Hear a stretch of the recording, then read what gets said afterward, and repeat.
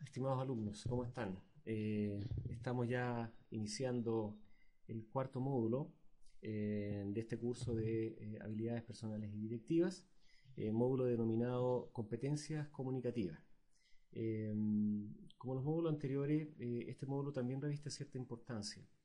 Comunicarnos dentro de una organización es clave y por lo tanto el objetivo que vamos a perseguir en este módulo es de una u otra manera adentrarnos un poco más en el detalle de cómo debemos manejarnos en el aspecto comunicacional. Y en ese sentido vamos a ver la secuencia típica, ¿cierto?, que se analiza del emisor-receptor, ¿cierto?, ¿qué es lo que significa eso? Y vamos a hablar de una serie de aspectos que se involucran en la comunicación. Entre ellos está la empatía, por ejemplo, la gestualidad, eh, la, la, cómo interviene la razón y la intuición dentro de la comunicación, cuál es el modelo de comunicación, y vamos a analizar bien en detalle este esquema, ¿cierto?, de emisor-receptor, de tal manera que comprendamos bien qué significa ser emisor, qué significa ser receptor, cuál es el canal, qué se entiende por canal de transmisión. Vamos a hablar de comunicación verbal, no verbal, en fin, vamos a hablar de una serie de cosas que son bastante importantes y que espero le pongan harta atención durante esta grabación y también cuando lo lean, porque créanme, el tema de las comunicaciones, de cómo manejarnos dentro de una empresa es muy, muy clave. Si somos hábiles en cómo manejarnos verbal y no verbalmente dentro de la organización, nos va a ir bastante mejor. Así que partamos con las primeras láminas para ir adentrándonos en este tema. ¿Mm? Bien, dentro de las comunicaciones tenemos muy claro de que las posibilidades que hay son inmensas, ¿cierto? Hay indudables maneras y modos de poder comunicarnos. Lo que indudablemente es un gran aporte, ¿cierto? Tenemos el correo, tenemos los memos, tenemos las cartas, tenemos las reuniones, tenemos la conversación cara a cara, en fin, hay una infinidad de maneras de comunicarnos y eso es un gran aporte. Más aún si consideramos todas las tecnologías que tenemos. Ahora nos podemos comunicar por videoconferencia, en fin. Entonces, eso genera una estabilidad bastante grande, aporta la estabilidad de las organizaciones, pero también se incorpora incertidumbre. Y para controlar esa incertidumbre dentro de esta estabilidad de mayor comunicación, tenemos que tener de alguna manera un modelo de comunicación que nos permita comunicarnos adecuadamente con el resto. ¿Mm? En este sentido, el éxito de la comunicación se basa primero en pensar, en establecerse un modelo, en decir cómo lo voy a hacer, cómo me voy a orientar, cómo voy a enfrentar mi manera de hacer las cosas, tanto individualmente como organizacionalmente. Está en cuestionarse, ¿cierto? Para la acción, ¿cierto? También decir, bueno, si lo hago de esta manera, a lo mejor me puede provocar un problema, si lo hago de esta otra, es mejor la vía de solución, la vía de salida. Por lo tanto, hay que cuestionarse para tener la acción. ¿Ah? Hay que tener fe en lo que uno va a hacer, hay que tener el conocimiento para poder modelar una comunicación, tener imaginación, ganas, en fin, una serie de características y fundamentalmente capacidad para planificar. Bueno, siempre cuando estamos en un proceso de comunicación, la información se basa fundamentalmente en un modelo como el que estamos mostrando, ¿cierto? En donde existe un emisor, ¿cierto?, que es de donde surge la información. Hay algunos filtros que intervienen entre medio, entre cuando ya sale la información o el comunicado del emisor, pasa a través de un proceso, ¿cierto? Típico de ingeniería industrial, que es el proceso, ¿cierto?, operativo. En este caso el proceso de comunicación está compuesto por un canal, un código y un mensaje. Esto tiene algunas barreras que se consideran también para el receptor, que intervienen a veces antes de que el receptor reciba la información. Y de una u otra manera esto también debe considerar esta línea de información desde el emisor hacia el receptor un control o retroalimentación o feedback, como se le dice también, ¿ya? Si no existe esta línea de control o retroalimentación, obviamente que no hay un proceso de comunicación adecuado porque hay una línea de ida y no hay ninguna línea de vuelta. Y es importante saber si lo que estamos entregando es lo que corresponde o no corresponde. Y en ese sentido es lo que vamos a analizar de aquí en adelante en base a este modelo, ¿ya? Bueno, en esta unidad fundamentalmente, como dice ahí, se construirá un modelo de comunicación. ¿Qué tenemos que considerar para nosotros tener de una u otra manera información, planificación y claridad? Fundamentalmente claridad en los manejos comunicacional que nosotros tengamos en adelante. En ese sentido, un poco para graficar la situación de comunicaciones, les quiero mostrar lo siguiente. Bueno, ¿qué significa esta niña que aparece ahí, ¿cierto? Y que dice, tengo hambre, ¿cierto? Hay una niña con una cantidad de panes ahí en sus brazos y dice abajo, tengo hambre. De luego aparece esta otra imagen que dice, también aparece un niño, ¿cierto? Africano, donde dice, tengo hambre. El significado en estos casos es distinto. Sin embargo, el texto, tengo hambre, que se menciona más abajo, es el mismo. Lo que marca la diferencia es la imagen, ¿cierto? Uno no puede pensar que estas dos imágenes signifiquen lo mismo. Por lo tanto, en el proceso comunicacional, la forma de hacer las cosas, las imágenes que uno puede utilizar también van a ser fuertemente impactantes en lo que queramos comunicar y ser congruentes en lo que queramos de alguna u otra manera decir, ¿cierto? La forma de hablar condiciona, como digo yo, la comprensión y transmitir de alguna manera emociones en el mensaje. Es tremendamente importante, que es lo que un poco aparece en las láminas anteriores. La forma en que se condiciona el sentido del contenido de un comunicado tiene como dos partes, ¿cierto? Uno que es la forma de cómo se hace, ¿ya? En ese caso la denominamos como analógica, ¿ah? Y lo que contiene el comunicado es el lenguaje digital. Estas dos cosas, estos dos aspectos, la forma de cómo se está transmitiendo y qué es lo que contiene, es lo que de alguna manera le da el significado al mensaje.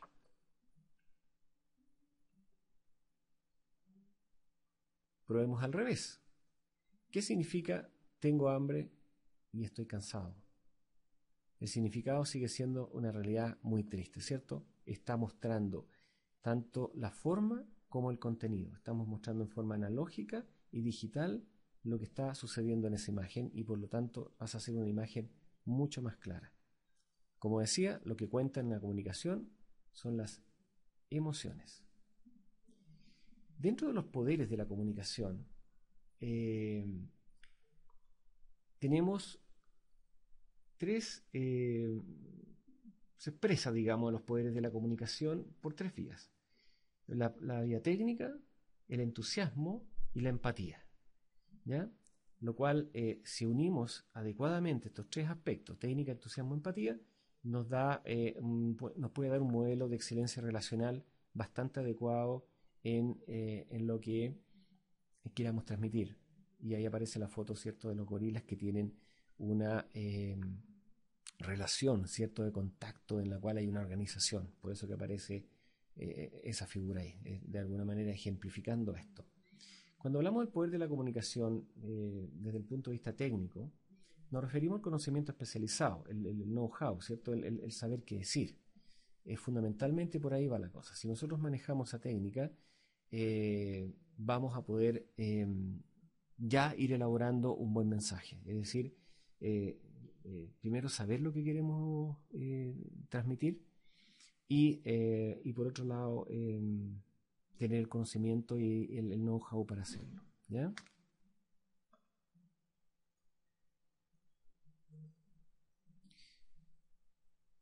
En este caso, lo importante es no dejar de formarse, de adquirir conocimientos nuevos, competencias y habilidades, ¿ya?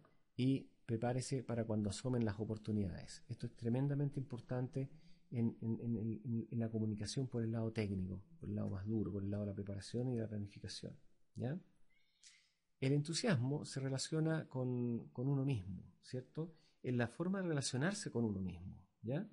Eh, se refiere al autocontrol, es la actitud positiva y generosa que uno debe tener, ¿cierto? Por lo tanto, eleve los niveles de entusiasmo, aprenda a quererse, tenga confianza en sus capacidades, tenga fe en usted, créanse el cuento de que estando bien sustentado, bien planificado, teniendo claro qué es lo que se quiere hacer, perfectamente lo podemos hacer y lo podemos lograr en una buena comunicación, ¿ya?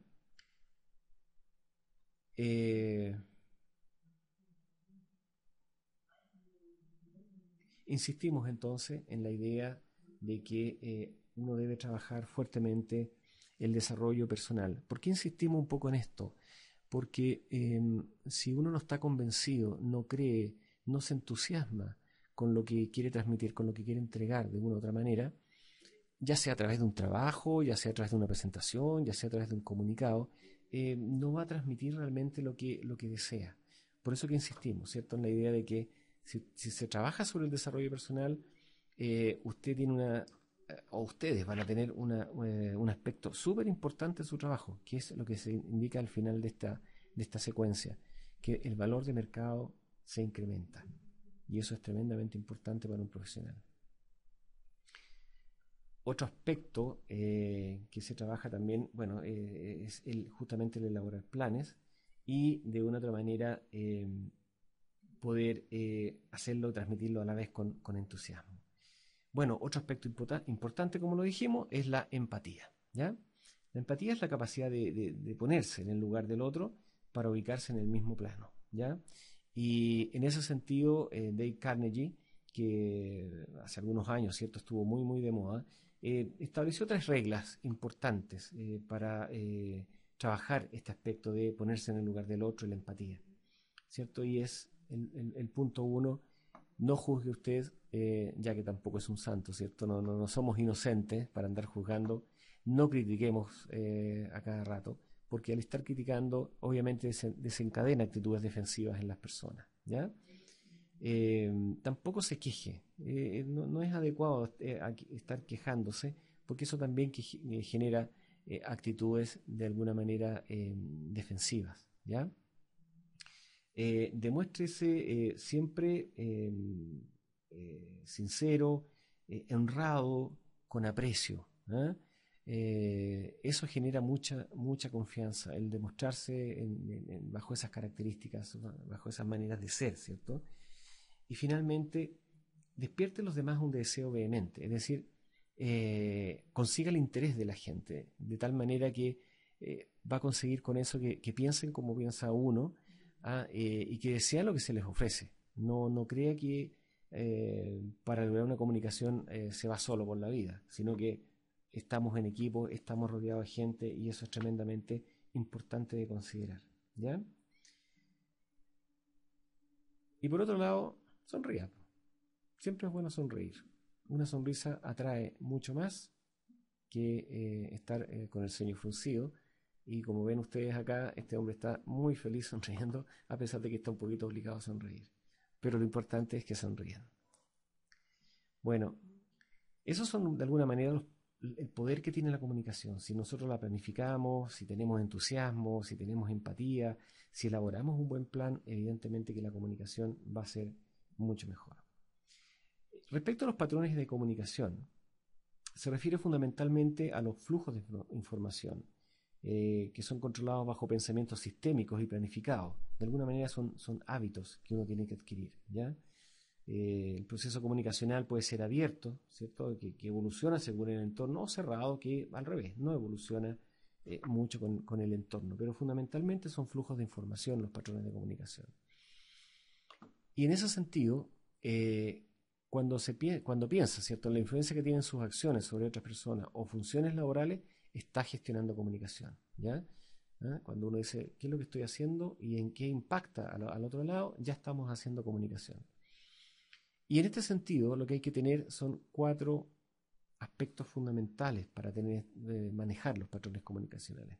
Primero piense, luego actúe, después evalúe y finalmente adapte. Estas son 4 etapas importantes como patrón comunicacional que debemos considerar. Pensar, actuar, evaluar y luego adaptar.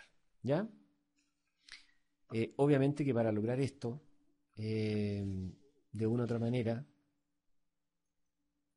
hay que considerar los factores que impiden alguno de estos aspectos, ¿cierto? De pensar, actuar, evaluar y de tal manera de que haga que el conflicto o los problemas se disminuyan grandemente.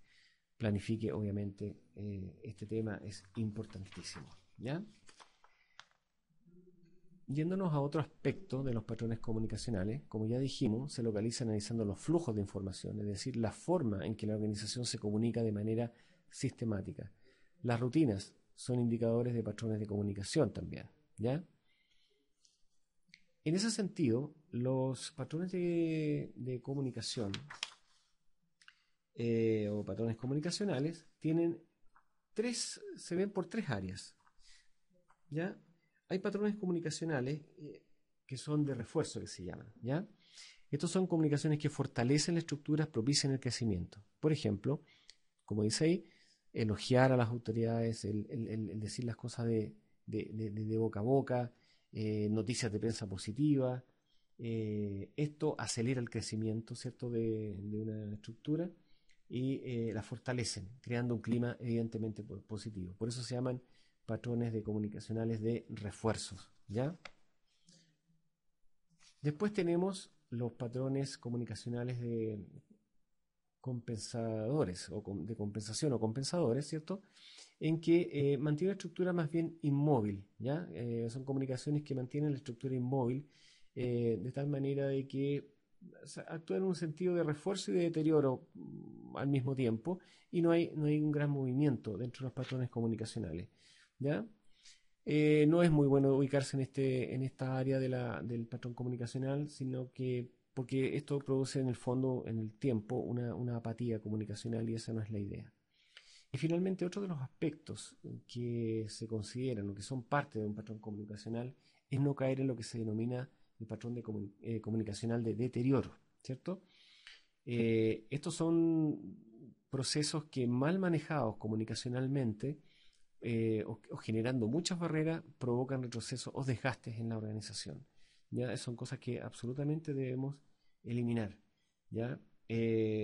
Producen retroalimentación negativa por un lado, ¿cierto? Y producen un desgaste bastante grande en la organización. Incluso cuando se detectan deben de alguna u otra manera de enfrentarse y eliminarse, ¿cierto? Ejemplos, por ejemplo, críticas infundadas, bloqueos de información, acusaciones, rumor, en fin, todo ese tipo de cosas de alguna manera generan un problema de deterioro. Bueno, aquí tenemos los 3 aspectos, ¿cierto? Empatía, entusiasmo y técnica, en que si fortalecemos, la empatía sirve para fortalecer, ¿cierto? La relación es compensador, ¿ya? Si el entusiasmo no se maneja bien, obviamente que genera un deterioro en el proceso comunicacional. Y fundamentalmente la técnica es saber utilizar, ¿cierto?, lo que uno sabe, la planificación, lo que conoce, de tal manera que refuerza la comunicación, ¿cierto? El entusiasmo no debe ir en contra del deterioro y la empatía debe superar el ser compensador, ¿cierto? El mantener el statu quo, ¿eh? Bueno, todo esto ayuda a que de una u otra manera consigamos tener un pensamiento de alguna manera unificado, que no es el pensamiento único, está compuesto por otras vías, y es lo que vamos a entrar ahora a revisar. Nosotros tenemos 2 aspectos que considerar: el pensamiento racional, ¿cierto?, por un lado, que reside, como ya lo hemos dicho, ¿cierto?, en el hemisferio izquierdo del cerebro. Aquí un poco se mezcla lo que es razón e intuición, que también lo vamos a denominar más adelante. Pero la primera área que nosotros tenemos que considerar es el pensamiento racional, ¿cierto?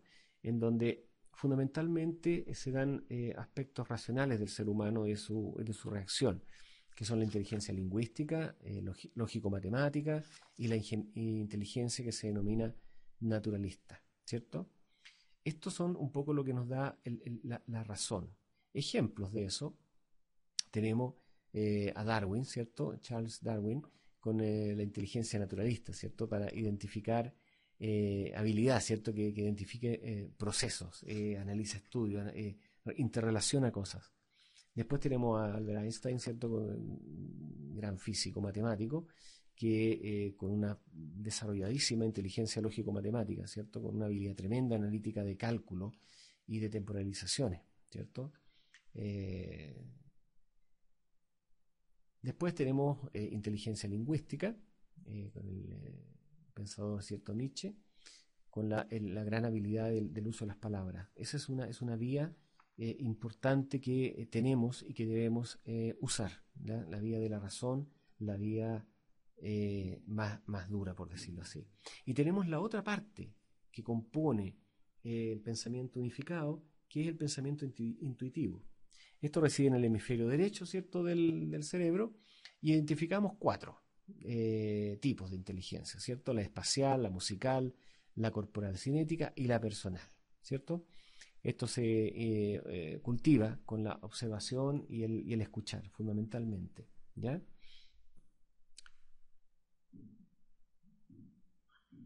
Ejemplos, ¿cierto? Tenemos Griffith con la inteligencia espacial, la habilidad para entender y recrear el mundo visual, ¿ya? Por otro lado, el músico Beethoven con inteligencia musical para percibir ambientes sonoros, para generar música. Incluso cuando ya estaba quedando un poco sordo, digamos, ¿ya? La novena sinfonía fue terminada prácticamente con sordera absoluta, pero la habilidad la tenía. Sigmund Freud, ¿cierto? Con la inteligencia personal, que es la habilidad de estudiar al ser humano, ¿ya? Y del trato del ser humano. Y finalmente, bueno, el famoso velocista, ¿cierto? Y saltador de largo, Carl Lewis, con la habilidad física que tenía. Bueno, todo esto, si nosotros unimos la razón con la intuición, vamos a llegar al pensamiento unificado, es decir, a unar ambos hemisferios comunicados por el cuerpo calloso que está, digamos, en medio del cerebro y que de alguna manera une a estos dos hemisferios, logra el pensamiento de una u otra manera, lo que se denomina unificado, ¿ya? De tal manera que si nosotros logramos tener este pensamiento unificado, lo que vamos a hacer es mezclar en forma adecuada ambas formas de pensamiento, por lo que al usarlo estaremos más estables y armónicos en todo lo que queramos expresar, decir, sentir o reconocer.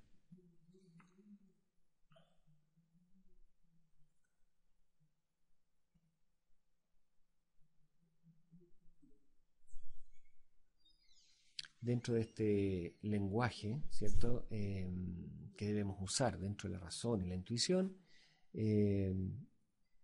debemos ser sencillos al decir las cosas, cuidar el lenguaje y la técnica comunicativa, ampliar siempre los conocimientos de comunicación, saber qué es lo que piensa, lo que quiere la otra persona, lo que desea escuchar la otra persona, ¿ya? Y obviamente las relaciones van a mejorar tremendamente, ¿ya?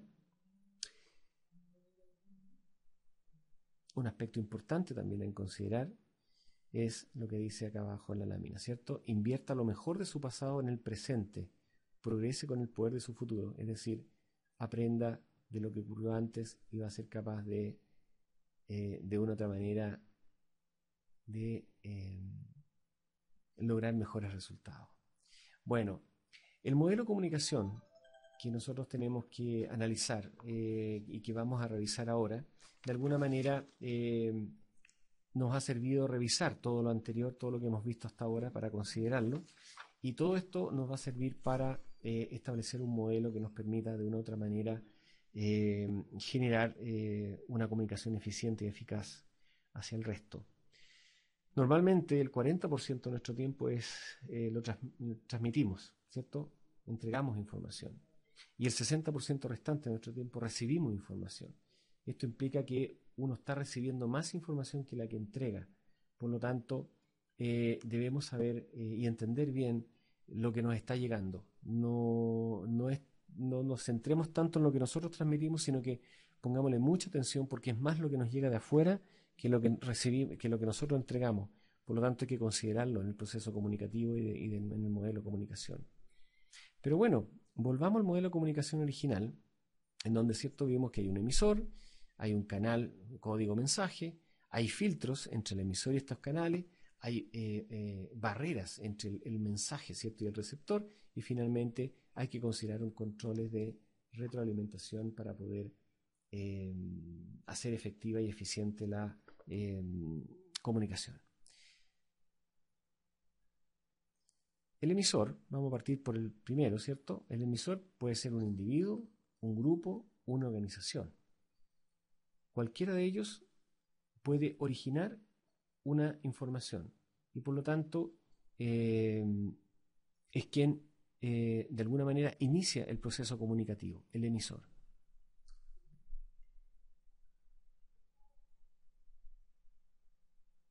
El receptor, de una u otra manera, se puede dividir en varias fases.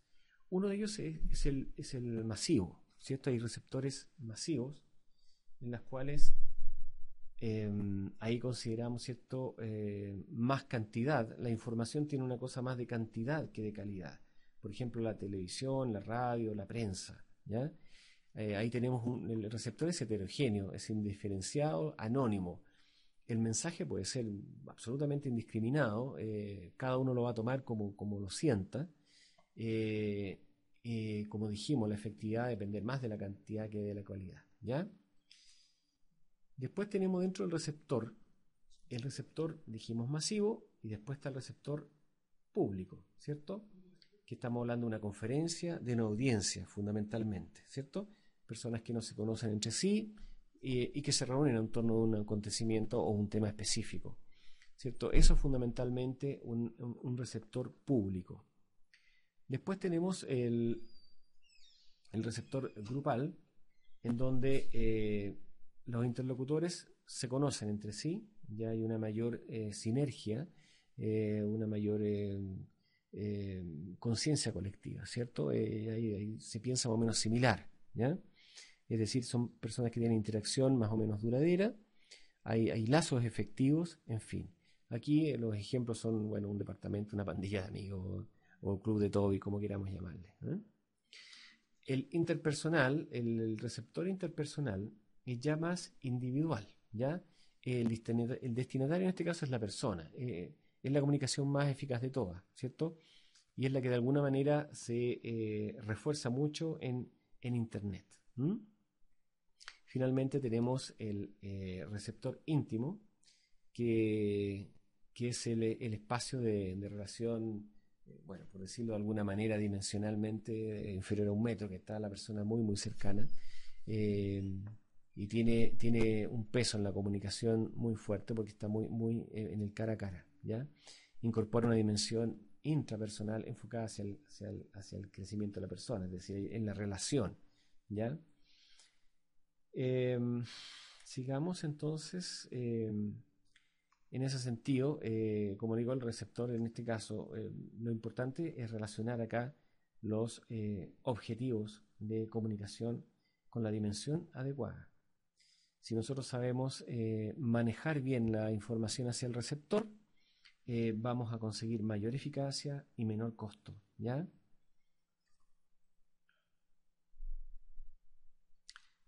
Por ejemplo, en la medida dice que a menor dimensión,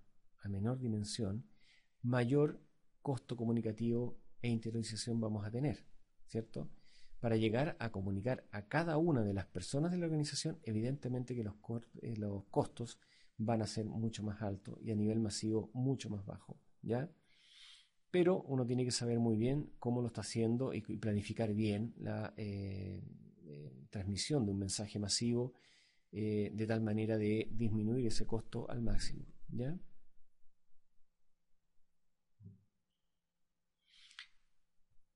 Por el otro lado, eh, hay una menor eficacia comunicativa global, eh, al revés de la lámina anterior, ¿cierto? Si nos vamos al tema íntimo versus al tema masivo. O sea, si queremos lograr una comunicación rápida, amplia, ágil y bien manejada, obviamente, va a ser mucho, mucho más eh, eficaz una cosa más bien masiva que una cosa persona a persona. Si queremos informar un tema, un cambio organizacional, la verdad que ir de a uno explicando un cambio así, obviamente que complica la situación. Y eso exige muchas veces hacerlo de una manera mucho más masiva. ¿Ya?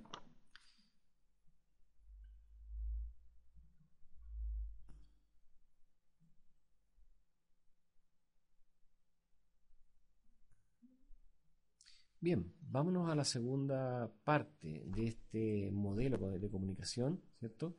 Ya hemos pasado por el emisor, hemos hablado del receptor, ahora nos vamos con el código, la parte central, ¿ya? El código es un conjunto de reglas, ¿cierto? Expresivas. ¿Ah? En ese sentido, de alguna otra manera, está asociada al lenguaje y por lo tanto hay que tener bastante cuidado en ese sentido. Por eso que la importancia de elegir un código adecuado reside en dos aspectos fundamentales. El objetivo que se plantea y la decodificación, es decir, el nivel de código que utiliza el receptor. Eh, Se debe elegir bien el código adecuado para comunicar. Hay códigos, por ejemplo, el código escrito, que es el diccionario, ¿cierto? Tenemos códigos visuales, tenemos códigos orales, y se debe ver qué aplica según el cliente o a quien nos queremos de alguna manera dirigir, ¿ya? El decodificar un mensaje, el descifrarlo, se expresa fundamentalmente en lenguajes principales y secundarios, que se denomina. Pero fundamentalmente la idea central de esto es saber codificar un mensaje, pero también decodificarlo, de tal manera de tener conciencia de que lo que estamos entregando y lo que estamos procesando va a llegar correctamente al receptor. Un principio básico, ¿cierto?, de reflexión sobre los códigos está en el atributo que queremos conseguir versus el tipo de código. Dijimos que los códigos podían ser oral, escrito, visual. ¿Ya? La característica del oral es que obviamente es cercano. El inconveniente es que se puede olvidar pronto. Ventaja, es muy directo y es inmediato y se utiliza para buscar consensos fundamentalmente. En el código visual, por ejemplo, la característica es más bien emocional, tal como mostramos la foto, ¿cierto?, del niño este de África. ¿Qué temas tiene el código visual? Que es difícil de corregir, porque ya está planteado, no hay mucho que hacer cuando ya se lanza. Ventaja, que moviliza, ¿cierto? Tiene un fuerte impacto en las personas y se utiliza para pasar a la acción fundamentalmente. ¿Ya? Por lo tanto, como ya lo decía, reflexionen el código que va a emplear en la comunicación antes de elegir un soporte. ¿Ya?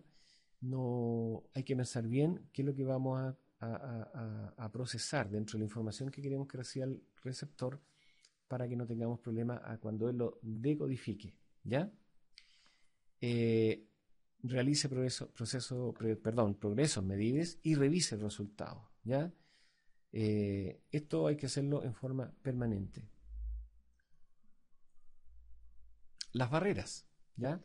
Las barreras, en el fondo, son impedimentos de la comunicación. Las barreras pueden ser lingüísticas, por ejemplo, el idioma es una barrera lingüística. Hay barreras emocionales, hay barreras culturales y también situacionales, ¿ya? De tal manera que las barreras lingüísticas, por ejemplo, se deben de una u otra manera considerar al momento de emitir un mensaje, ¿cierto? De tal manera que se adapte a la cultura o al receptor. Tenemos dentro de las barreras también las emocionales, ya hablamos de las lingüísticas. Las motivacionales es el despertar el deseo vehemente, ¿cierto? De forma que el receptor tome lo que estamos diciendo y lo internalice. Eh, Siempre es bueno dejar claras las intenciones, en este caso al comunicar, porque la motivación puede ser complicada si no es bien entendida, ¿ya? Por lo tanto, evitar, como decíamos cuando hablábamos de Dale Carnegie, ¿cierto? En los poderes de la comunicación, no juzgar, no criticar, conecte la realidad, establezca rituales de entrada, fíjese bien en qué es lo que tiene que hacer, ¿ya? En qué es lo que quiere transmitir. Las barreras culturales, ¿cierto? Eh, la cultura de alguna manera, y eso cuando uno viaja o cuando va a distintas empresas, debe de alguna manera tener claro qué cultura hay en esa organización o en ese país, de tal manera de adecuar el mensaje a lo que esa cultura podría captar. No es lo mismo decir en Chile, transmitir un mensaje que transmitirlo en Colombia o en Costa Rica o en Cuba. El uso de las palabras de repente varía y eso puede provocar un problema bastante grande si no se ha estudiado, ¿ya? Yo recuerdo como una cosa personal en una empresa donde trabajé que me correspondió ir a Brasil, y la presentación que llevé en esa oportunidad fue en portugués, lo que causó una muy buena impresión entre los brasileños porque muchos de ellos, si bien es cierto, hablaban español, pero yo les facilité mucho las cosas al llevarle en su idioma una presentación, y que la verdad, les soy sincero, me costó un poco decirlo en portugués, así que fue un portuñol más o menos feo, digamos, pero logré el objetivo de que lograr el interés de ellos al ver que la presentación venía en portugués. Obviamente les llamó mucho la atención y se consiguió un efecto súper positivo comunicacionalmente. Son cosas que de alguna manera de repente hay que considerar. Después tenemos las barreras situacionales, ¿cierto? Eh, Hay que tener cuidado en el momento en que se emite una información o se entrega información, ¿cierto? Hay coyunturas en el minuto que deben ser tomadas en cuenta, ¿no? No es llegar y decir cualquier cosa en cualquier minuto, ¿ya? Eso es súper importante. Bueno, respecto de los filtros, eh, hay de alguna manera filtros internos y externos que también pueden ser un impedimento del emisor, ¿cierto? Los de orden interno constituyen las dudas, temores o lagunas de conocimientos que de alguna manera redundan en una mala comunicación de salida, ¿ya? Que surgen de la persona, digamos, y que no tiene claro de pronto, y eso implica una mala transmisión de la comunicación. Y las de orden externo, ¿cierto? Se refiere fundamentalmente a las políticas de comunicación, ¿ya? El jefe que supervisa una disposición legislativa, el departamento que se ve afectado, las interferencias, en fin, hay una serie de cosas que inciden en que de pronto los filtros de comunicación no sean los mejores. Por lo tanto, hay que desarrollar un modelo interno que tenga un buen conocimiento de no solamente el entorno legal, sino que de las políticas y de la normativa que uno pueda tener, de tal manera que los filtros ayuden a la comunicación.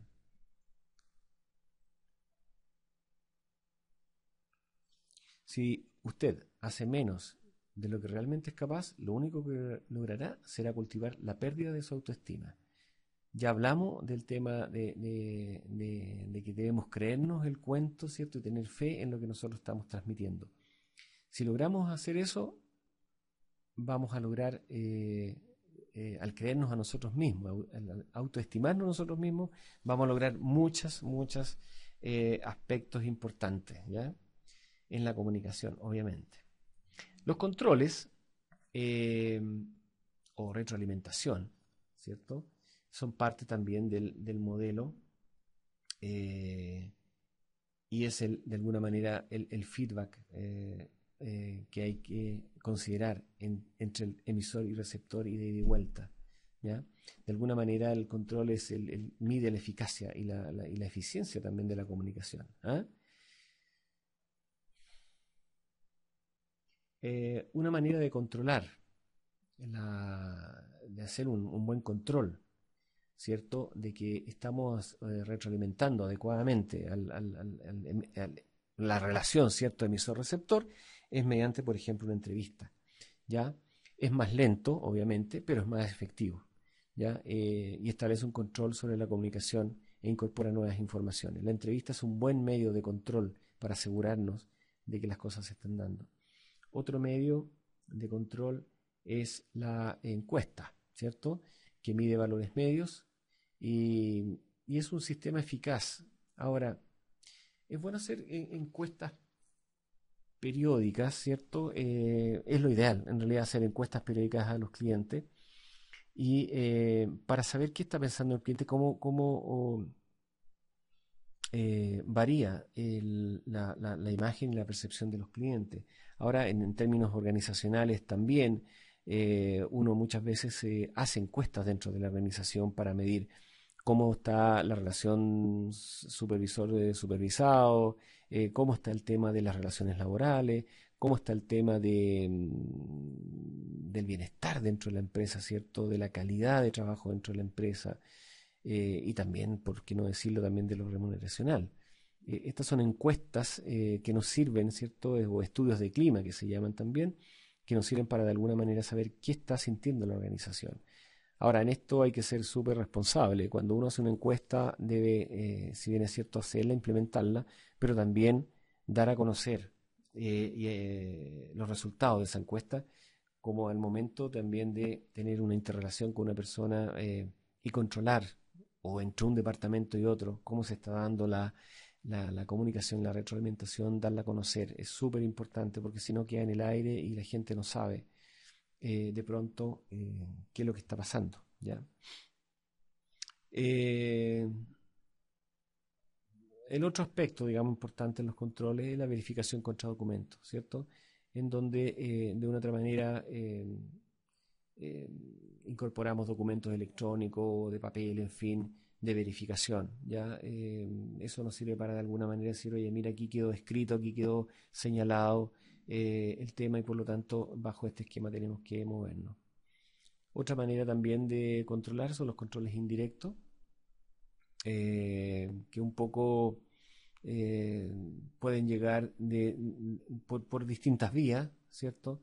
Y en ese sentido hay que estar bastante atento, eh, de siempre estar escuchando y de incorporar mejoras comunicativas de forma paulatina y progresiva. Esto crea una cultura de comunicación y de buenas relaciones en la organización. Siempre hay que estar viendo cómo está mi recepción de la comunicación de tal manera de que con eso eh, pueda yo ir mejorando hacia adelante.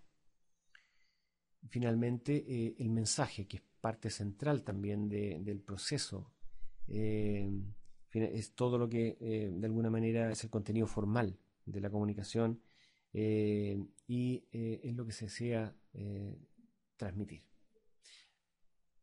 Hasta aquí vamos a llegar con la primera parte del módulo de competencias comunicativas y continuamos con la segunda etapa de este módulo.